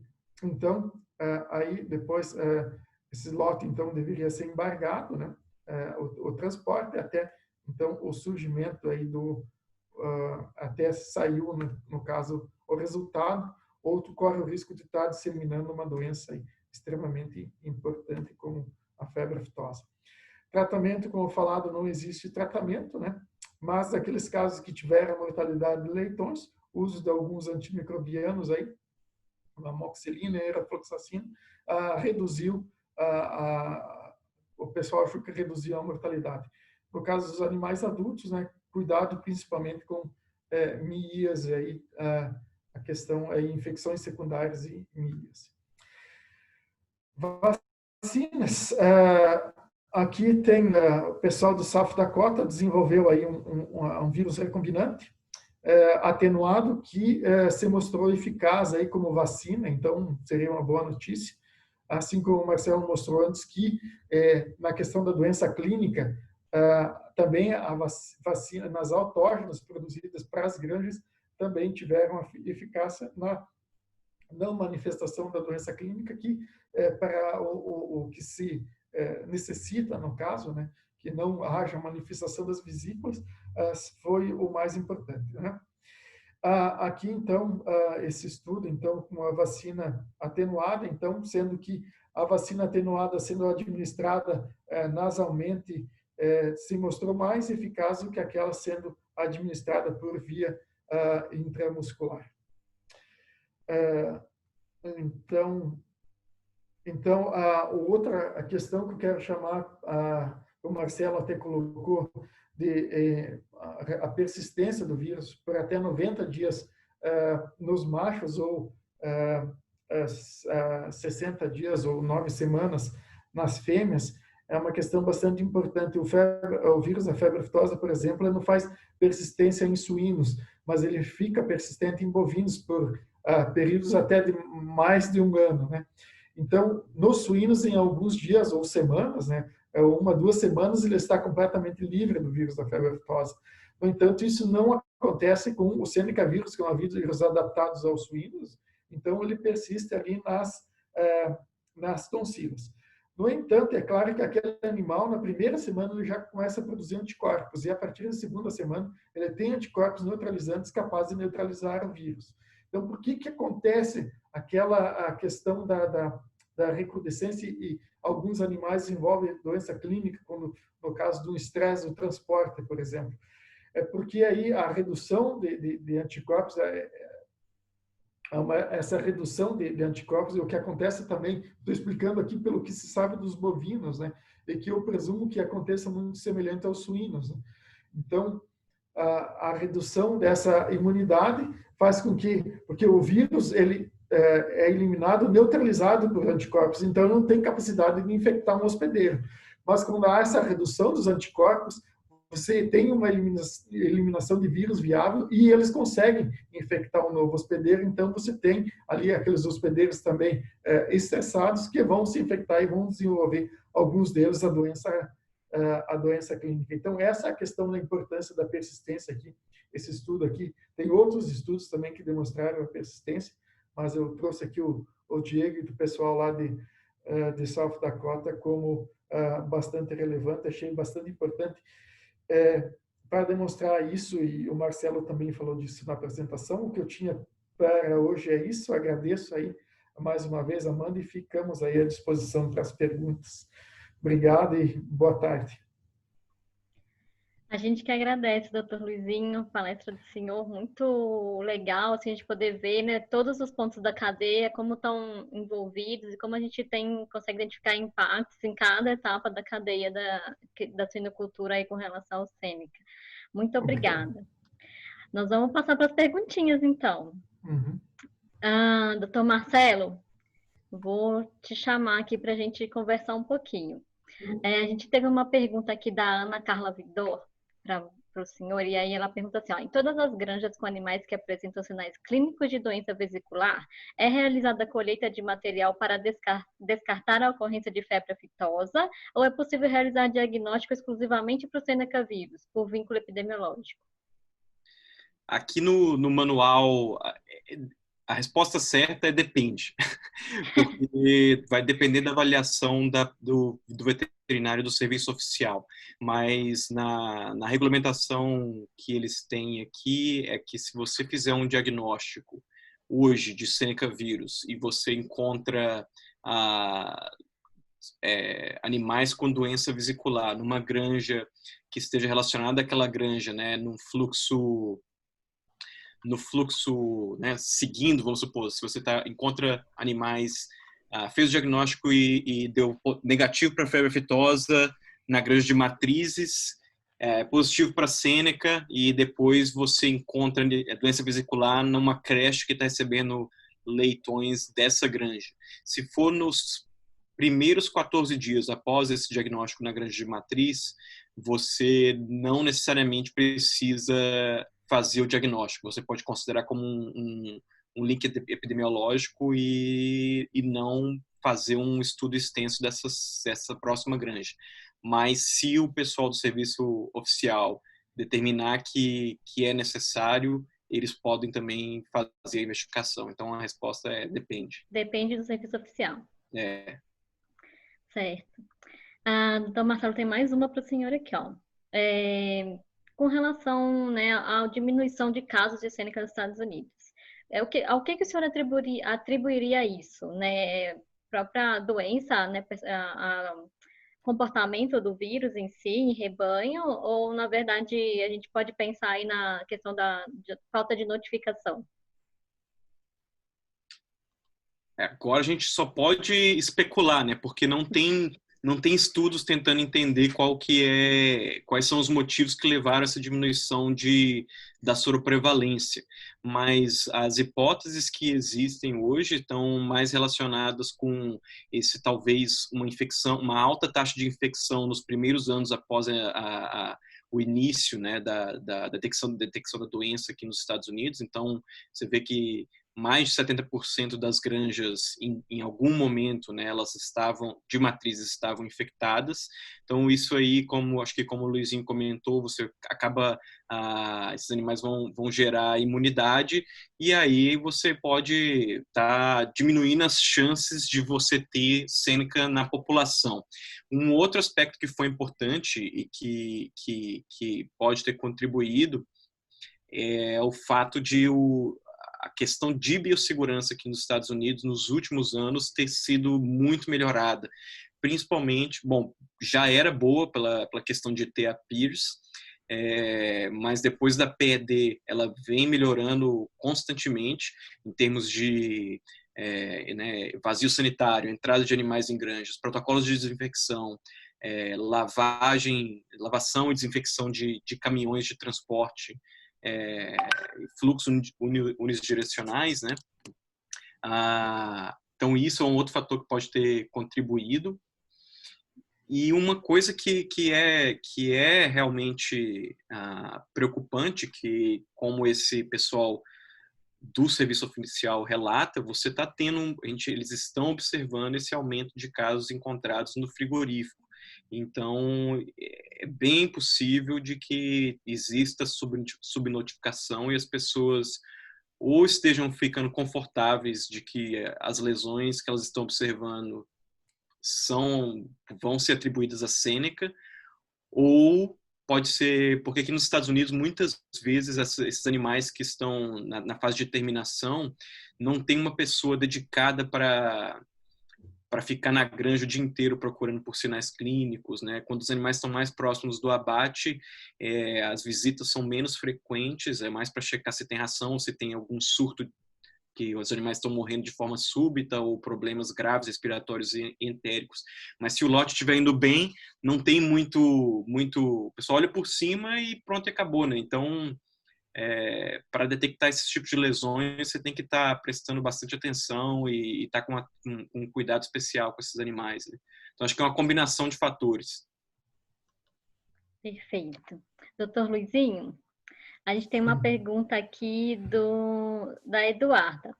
Ela pergunta assim, na sua opinião, o senhor acha um risco retirarmos a vacina de febre aftosa de alguns estados brasileiros, como a gente está vendo acontecer, né, com a atual situação do Sêneca que a gente vive no Brasil hoje? Teríamos impactos com relação a isso? Não, assim, eu talvez não coloquei isso claro. É uma vitória importante do sistema brasileiro aí de saúde animal, dos estados aí que estão conquistando depois de almejarem serem livres de febre aftosa por muitos anos. E eles têm missões aí dentro de cada estado para serem cumpridas. Então, lógico que existe esse pequeno risco, mas ele na vida é um risco, né? Por mínimo que seja. Logicamente, as consequências seriam bastante graves. No entanto, eu acho que nosso sistema está maduro o suficiente para evoluir para essa etapa seguinte, para trabalhar mais na questão da prevenção mesmo e não utilizando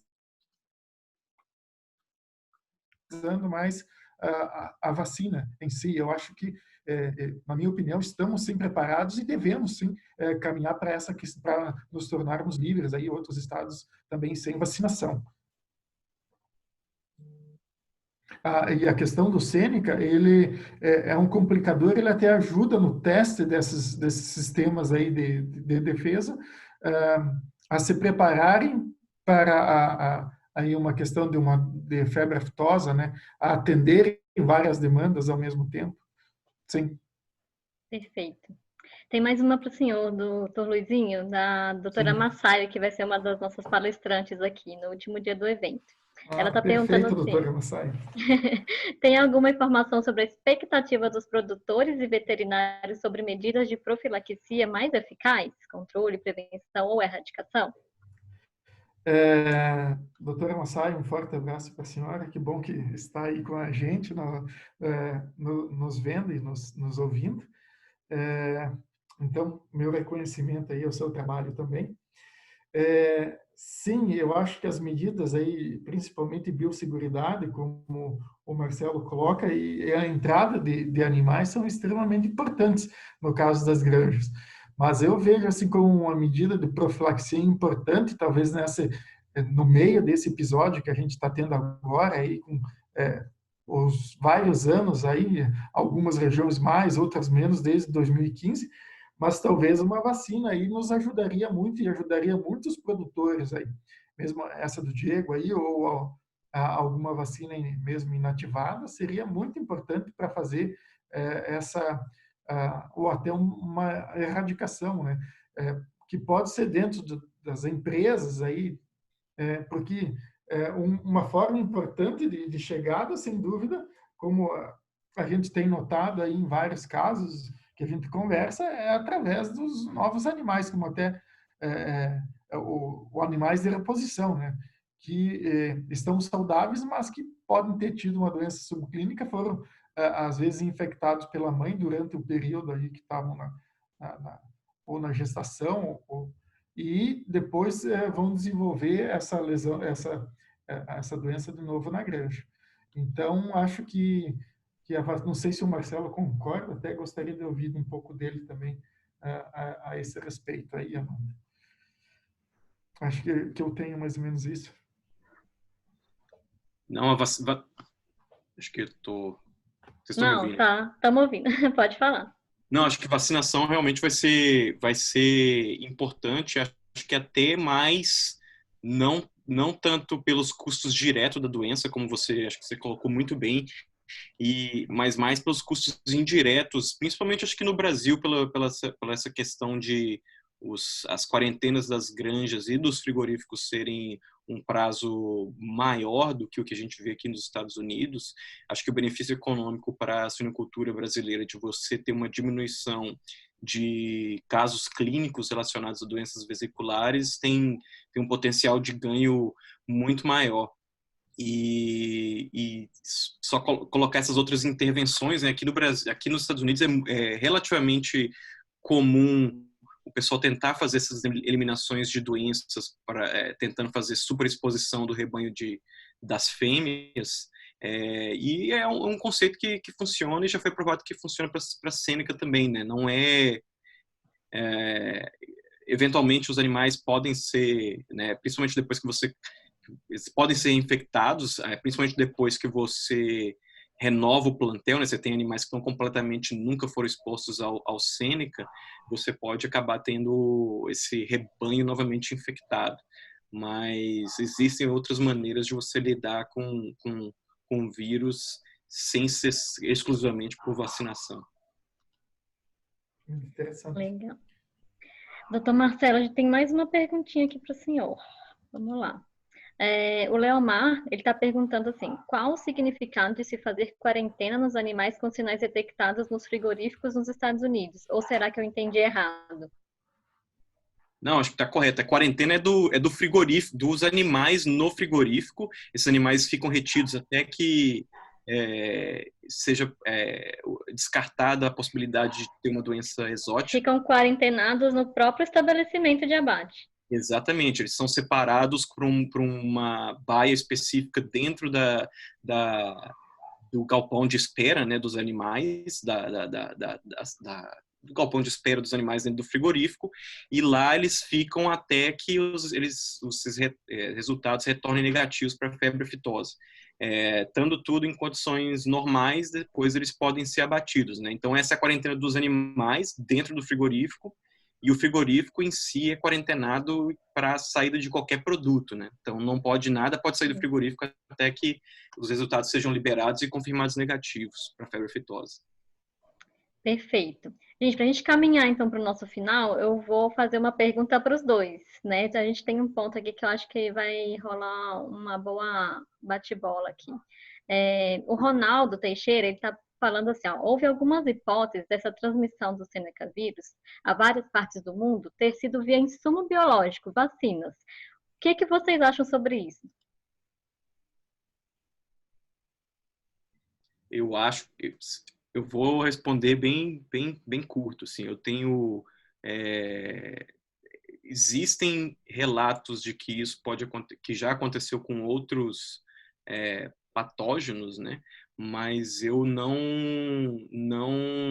pelo menos das vias que foram investigadas em relação aos Estados Unidos aqui, não é uma das vias que é considerada como de alta probabilidade.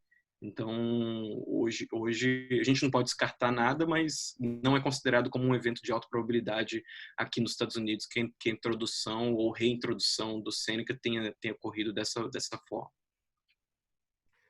Eu concordo com o Marcelo e só adicionaria uma questão, assim, uma coisa que a gente troca aí entre vários países, inclusive com os Estados Unidos, é material genético, né?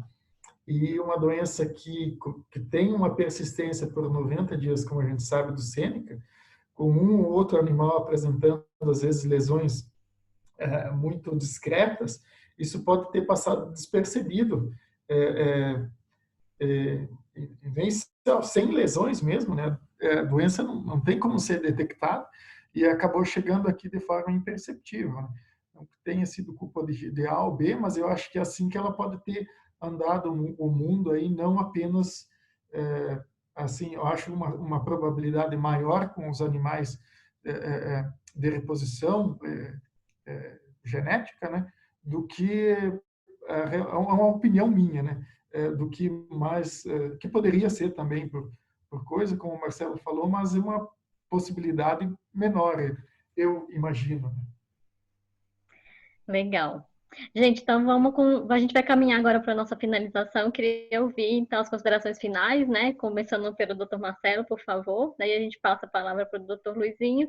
E aí a gente vai fazer o merchan da próxima palestra e gerar o nosso final. Por favor, Dr. Marcelo.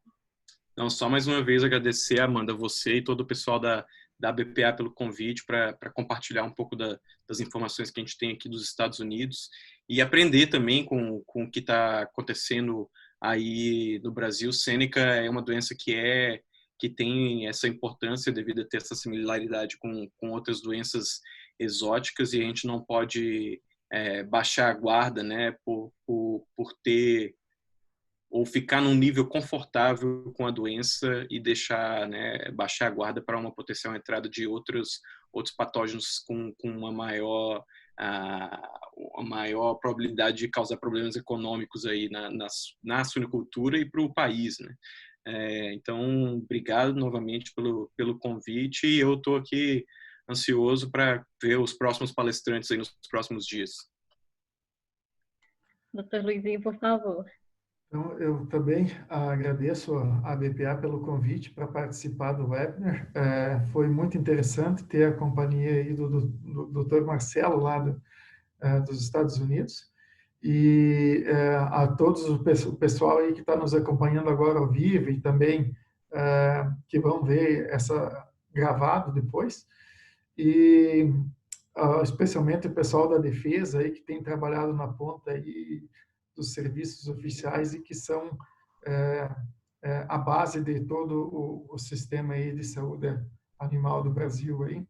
É uma doença importante que traz ensinamentos, ajuda, às vezes, inclusive, tem sido como um treinamento aí na questão da febre aftosa para a gente ficar mais afiado e quando tiver um caso de doença vesicular, uma febre aftosa, uma peste suína, a gente identificar rapidamente e conseguir, com o menor estrago possível, fazer a sua contenção. Dificilmente isso nunca vai acontecer, então estar preparado é uma coisa importante nessas doenças aí.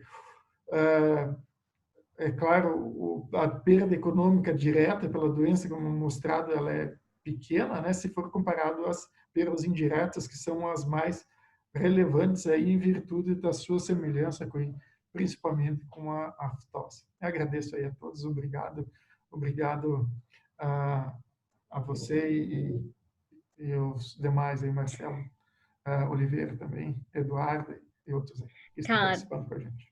A gente da BPA agradece demais, né, a presença de vocês, disponibilidade, o tempo e além de tudo, todo o conhecimento compartilhado aqui com a gente. Vocês abrilhantaram aí nosso segundo dia de seminário, obrigada mesmo.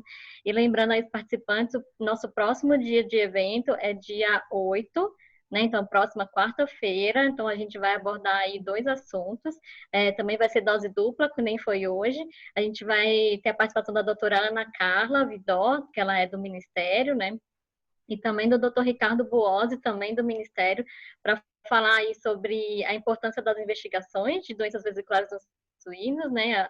Basicamente bem prático, né? Sobre atuação e orientação do serviço oficial.